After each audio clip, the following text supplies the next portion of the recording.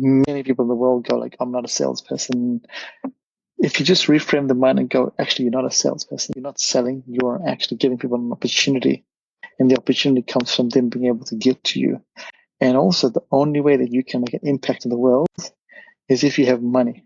So what does it mean that when you have money, you can make an impact? If you have no money, you can't make an impact in the world. So it's not about getting rich. It's when you have money, you can make change. When you have no money, you can't make it. Becomes much harder to make that change there.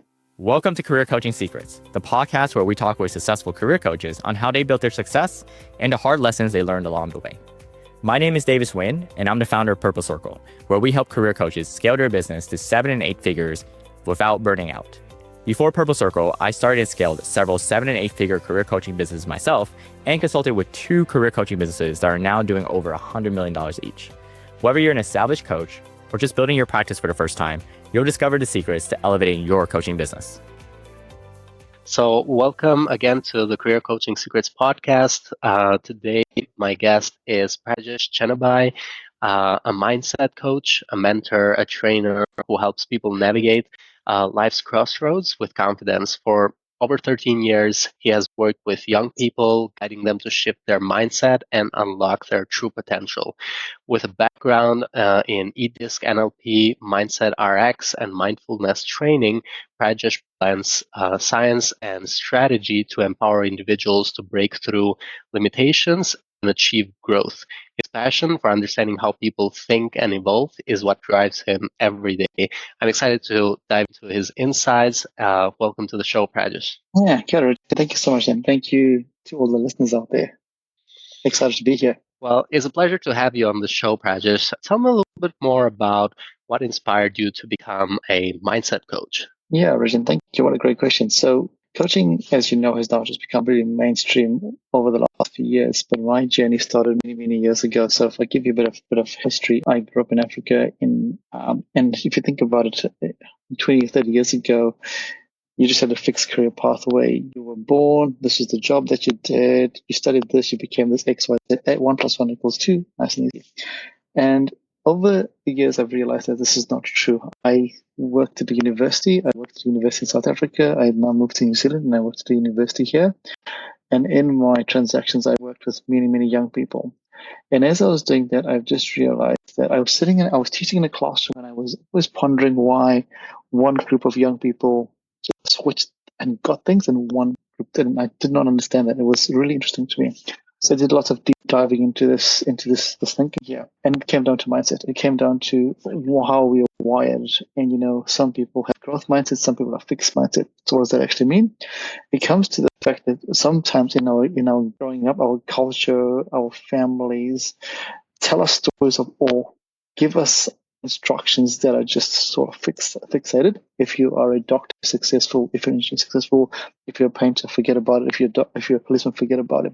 Those are stories that people get told, and they get fixated on that there. And if they don't achieve, being a doctor, a lawyer, an engineer, they think they're a failure. So when I went into this space, this work here, I realized that when you shifted mindset to go, actually, let's not think about what your parents or your family story is, but what your story is. What does it actually look like? What does that actually mean to you as a young person? You have to unravel all the layers though, because it's not a simple conversation over one or 2 days. It takes a lot of time to get to that. And that's when I realized that before you can tell somebody or ask somebody why they want to do whatever they want to do, it's going back to the root cause, the root meaning of that there. And this has been my passion over the last, you said 13 years. I've been doing this for 13 years, but over the last, 20 years is when I've actually been in this field here. And that's what delved me into coaching. So to take away from the traditional education system, which is where I work in, to actually use the traditional system, but also question that by going, let's think about these different questions. And this is what got me into coaching. Oh, wow. I was just thinking about how can someone unravel that? And when you just said that this is not something that happens in an hour, it needs time. It's okay. I was yeah, it takes time because I was not able to think through that just right. Right after I was hearing you explain that. So tell me a little bit more about your journey from when you started your coaching business to where you are at right now. So notice you said you're also working at an education institution. Is that where you do your coaching, or you also have your coaching business on the side as well? Great question. So for some context, I work at a university. I work in education, and I use coaching every single day in that forum there. But I have my business, my coaching business, and that's where I do my big majority of coaching in that space there. So at work, at the university, I use the coaching techniques, but my business that I run on the side is where I do my coaching. That's where I delve into that space there. So the two complement each other, but when I do one-on-ones, so just say you were in my class and we're working, I'll ask you coaching kind of questions, and then you might go, hey, Prajesh, I actually need a bit more work. We'd have a coach, we'd go to the business side and we'll do some coaching in the business, side of things, yeah. So how was the journey when you started? And it's been quite a few years Yeah, right now, yeah. to where you are right now. How do you feel that journey has evolved? Yeah, so to everyone out there, it's not an easy journey. You go onto Instagram and you go onto these places and people are like, oh, in 1 week you'll be a coach and everything you'll earn $10,000 a month. And to me, that I don't think that works. That hasn't happened for me, and also to many of my peers that I work with, that is not the true story. You have to put in the work. So what I mean by put in the work is not hard work; it's being smart. So when I started, it was very challenging because I had that mindset when I did my coach training. In my coach training, you learn how to become a coach, but nobody teaches you how to be a marketer. Nobody tells you how to be a salesperson. Nobody tells you those skills there, right? So, amazing coach, lots of people amazing coaches, but they don't know how to sell themselves. So at the start, that was the hard thing. How do you transition from actually I am a really good coach, or I think I'm a good coach, to selling myself as a coach? So my learning curve was pretty exponential. It was pretty massive because you have to put aside the fact that you can coach to now think about the skills of marketing, the skills of selling yourself, the skills of why would someone pick me? All those stories there, because at the start you get out there very confident, and then week 1, week 2, a month, 2 months goes by, and you might get one customer, maybe nothing, maybe two, and you're like, what's going on? And you start second guessing yourself. Then there's lots of imposter syndrome. Basically, the thing that you're coaching other people from becomes a problem for you as well, because you start having those thoughts as well. So yes, so that was my learning process, and I then had to realize I had to actually find somebody to help me in the business side. Actually, how do I scale a business? How do I make a business? I think this is what a lot of people don't do, is they think they can do this themselves. And maybe you can. Maybe if we take 100 people, maybe 500 people can do it themselves effectively. I think the other 95 needs some help. They need to admit that they need help. And this is me. I didn't admit I needed help at the start, and then I shifted and actually needed help on how to actually switch my mindset. Because as you know, originally when you're a coach, you want to help people, and helping people is why we do what we do. But you have to switch that mindset off for a little bit and go, right, cool, now how do I make money from helping people? Because you have to make money to survive and do things. So that was the shift that needed to happen for me, which has happened now. Yeah. So basically, as a coach, you also hired a coach to help you on the business side. So is it a business coach?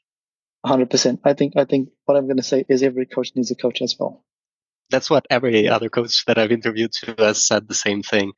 So Yeah. every coach needs a coach. And this is a business coach basically that kind of helped you navigate through the marketing side, through the business operation side, right? Yeah, it's actually two. It's a business coach and also a mentor. So the two are very, very different. So a mentor is someone who's done what I wanted to do, and I can speak to them and they will tell me what to do. Then a business coach is someone that just gives you the steps on how to get there. Whereas a mentor is making sure that I'm on the right pathway. So I had to use both. Well, I still do use both to get me on the right pathway, because you don't know what you don't know. Yeah, exactly. You don't know what you don't know. As you've worked with the business coach as well, I'm guessing you have maybe a clearer understanding right now of like what is your target audience and like who do you work with and what transformation do you help them achieve?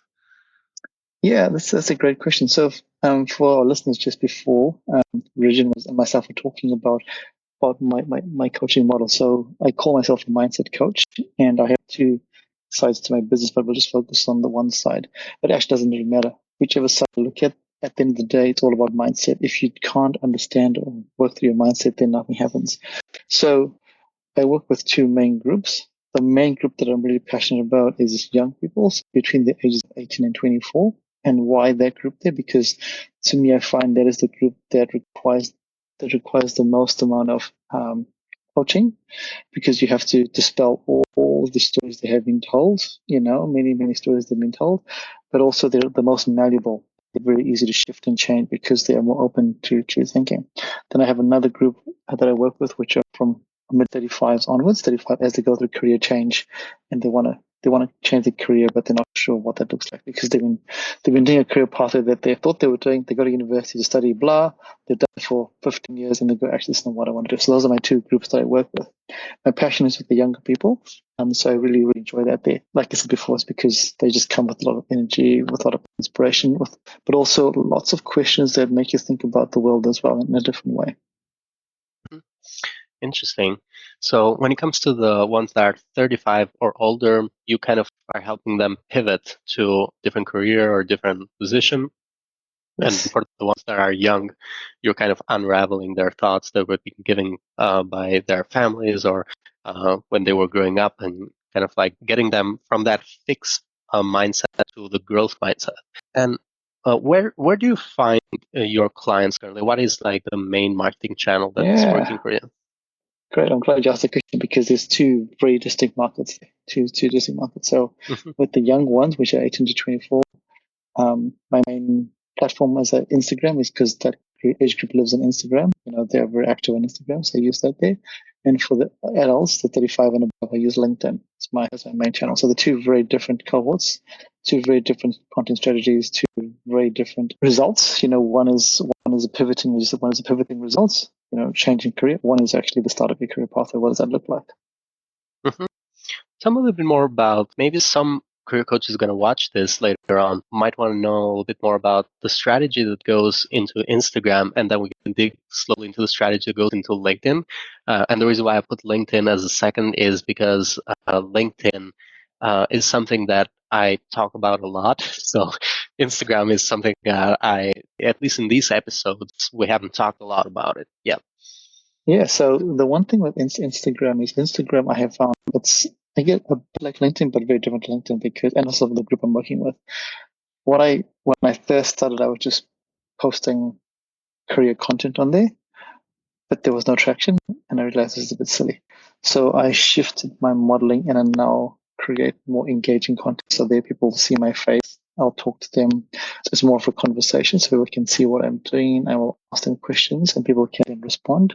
Maybe do a couple of lives just to get people on to do. Because I think what it is in that age group of young people, they want to know who you are as a person. And when you're becoming more authentic and more real, but also you're living in their world and use their languaging, then it becomes real. The languaging that in that world is really important there.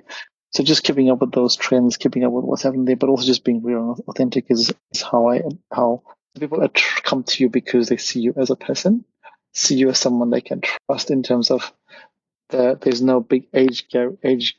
Well, there's an age gap, but that disappears because of the way you're producing the content there. So that's the methodology I use. I do lots of when I do testimonials or video testimonials on there with young people talking about their testimonials and what they've done, using various tools to do that there. So yeah. And then LinkedIn, well, you probably know LinkedIn really well as well. Mm-hmm. Yeah, so basically with Instagram is more of like a personal connection, more of like a personal brand, and more about you, and also a bit more about the testimonials and people you have well helped with. It's more engaging in this context than LinkedIn. And for LinkedIn, you're also like posting content. Are you also doing cold outreach or no? Yeah, so my LinkedIn is lots of content. So for those of you that want to follow my LinkedIn, I do content because in LinkedIn, what I've learned over time is to establish your expertise, that you're an expert in a specific space, so people can then come to you.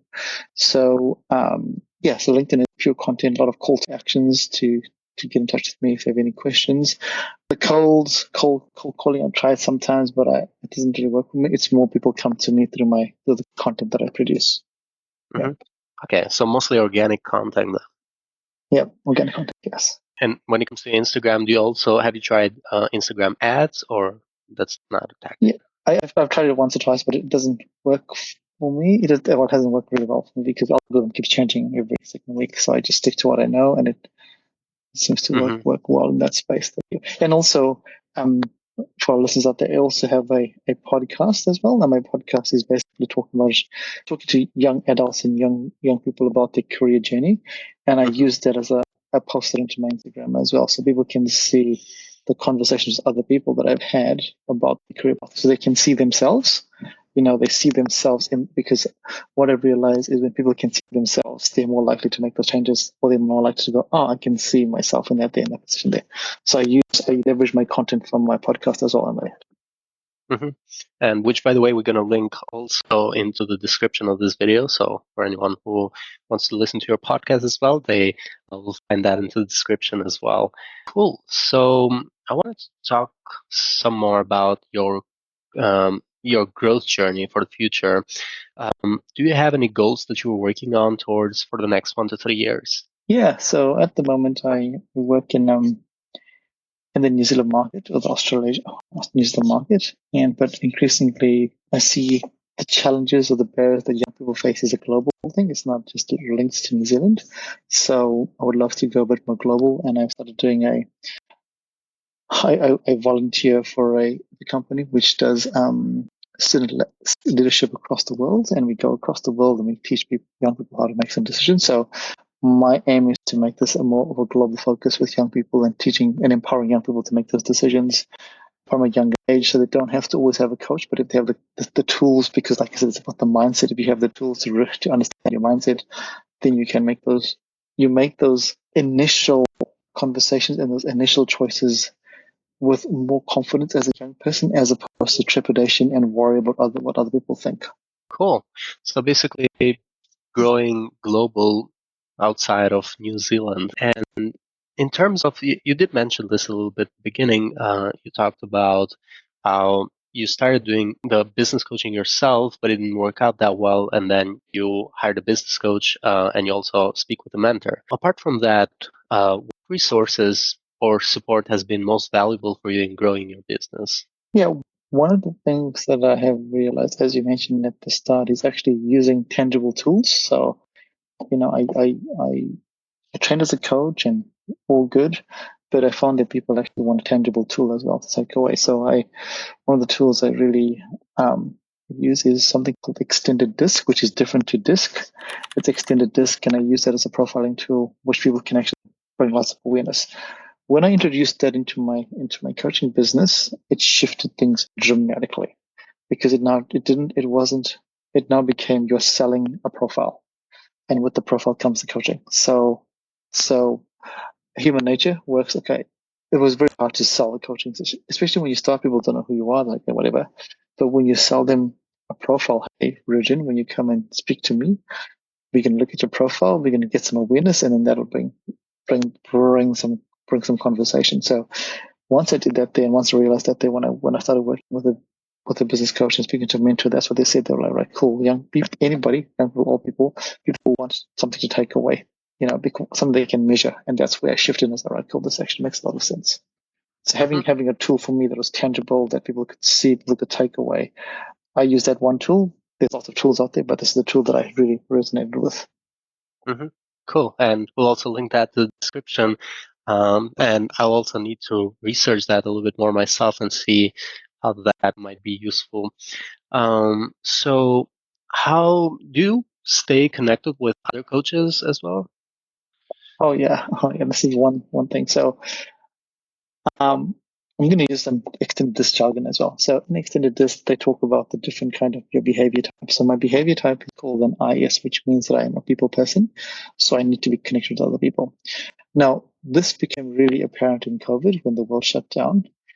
Sad, but also amazing opportunity. Amazing opportunity, because now this conversation we're having right now would not happen pre-COVID, because it wasn't normalized for me to talk to someone from Albania. What are you talking about? This is crazy, right? But now, because of COVID, everyone was jumping on Zooms or Teams or Google Meet or whatever. Through that, I have now been able to develop a coaching community across the world. So I have a coaching community that's in the Middle East, in Southeast Asia, in Europe, and also in New Zealand. I'm part of the ICF committee in New Zealand. So definitely coaching communities is where I work in, because my mindset shift, and to everybody that's listening to me as any coach out there, is just remember, in the coaching community, you are not competing, but you're collaborating and you're learning. And when I learned it very quickly, I was like, actually, this makes a lot of sense. When you work together, you're able to get some amazing goals. Because at the start, everyone is like, oh, competing against each other, but there's 7 billion people in the world, and there's not a shortage, and you can't. I mean, one person can't deal with 7 million people, 7 billion people, right?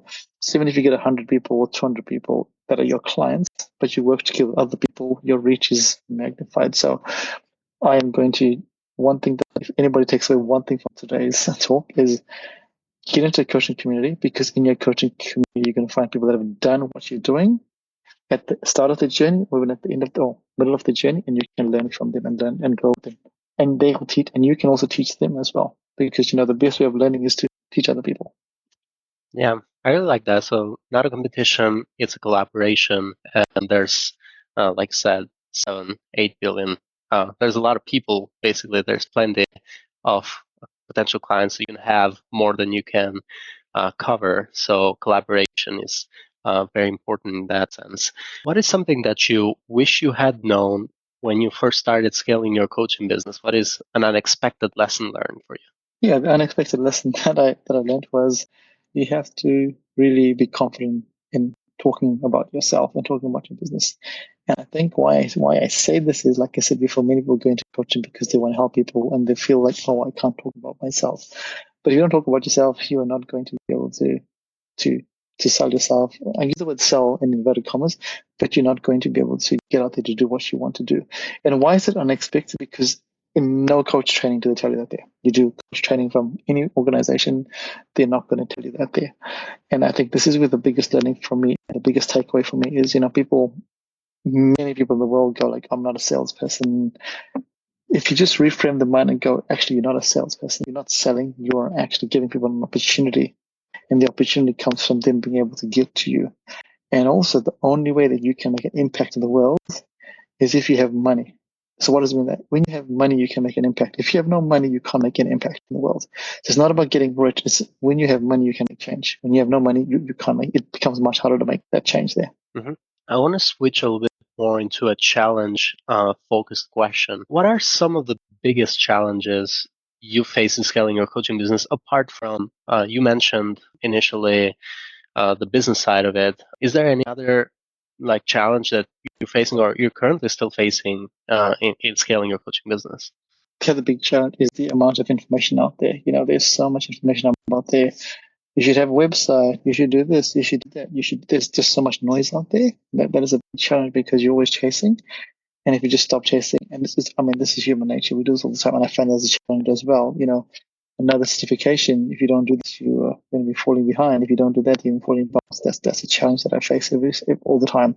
I think that's a challenge we all face, that we have to get the next certificate or the next thing to basically self-validate. The other big challenge that I face is because of, as I said before, we have a global community, but I live in New Zealand, and my time zone is terrible. My time zone is terrible. So I appreciate and acknowledge you for jumping on this time zone. But if I'm just being really honest, the time zone is really bad. So trying to get into the European market, the North American market, the Latin American market is really quite challenging at the time zone. And yes, you can wake up at 4 o'clock in the morning or 2 o'clock in the morning, but how is that sustainable over the long term? It's not very sustainable. So that is a real challenge, a location challenge that I have, that I have to navigate with myself and think about how can I get over that. So that's a real challenge, I guess. Yeah, I've actually happened to work with a marketing specialist before. He was located in New Zealand as well, and yeah, that was one of the things he had an issue with. He said that initially he thought that, okay, the good thing is that I could get rid of most of my meetings in the morning, and the rest of my day I can have to focus on work. But again, there's a challenge when there's only specific time zones that actually you can make a call in the morning. Like in this case, you're meeting me, it's your morning time, it's my evening time, but not many other time zones might have that availability. So yeah, that's going to be very challenging, especially with your goals to kind of go global for the next 2 to 3 years. Yeah. What advice would you give to other coaches? In this case, our career coaches mostly, who's going to listen to this, looking to scale their impact apart from the money that you already shared, is there any other advice you'd like to give to them?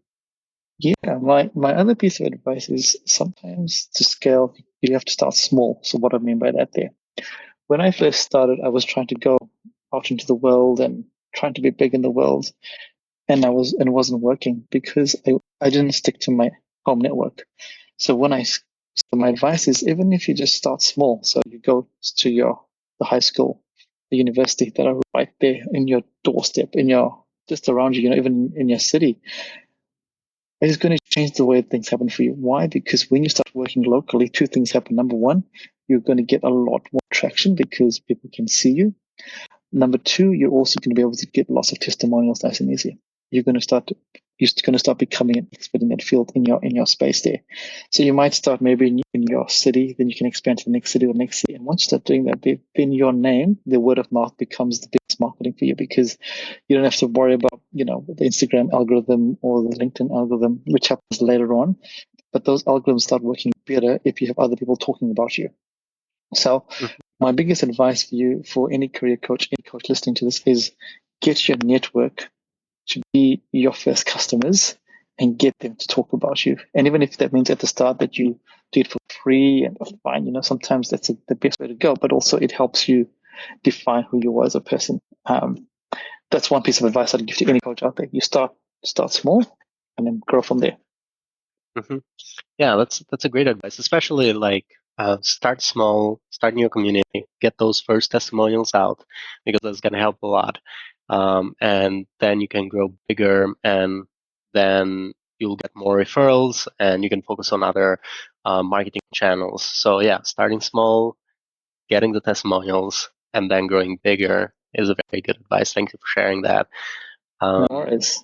And again, thank you for being on the show today. It was a pleasure meeting you and learning from you. No worries. Thank you for having me. And anybody out there wants to have contact, all my details will be in the show notes. Thank you for having me. And again, thank you for staying up at 11 o'clock at night to talk to me. You're welcome. So I'll also link your website here and your LinkedIn so they can see it on the screen as well as on the description of this video. So that will be shared there. For anyone who wants to reach out to you, they can reach out to you directly. And again, thank you so much for the meeting today. No worries at all. Thank you for having me. That's it for this episode of Career Coaching Secrets. If you enjoyed this conversation, you can subscribe to YouTube, Spotify, Apple Podcasts, or wherever you're listening to this episode to catch future episodes. This conversation was brought to you by Purple Circle, where we help career coaches scale their business to 7 and 8 figures without burning out. To learn more about Purple Circle, our community, and how we can help you grow your business, visit joinpurplecircle.com.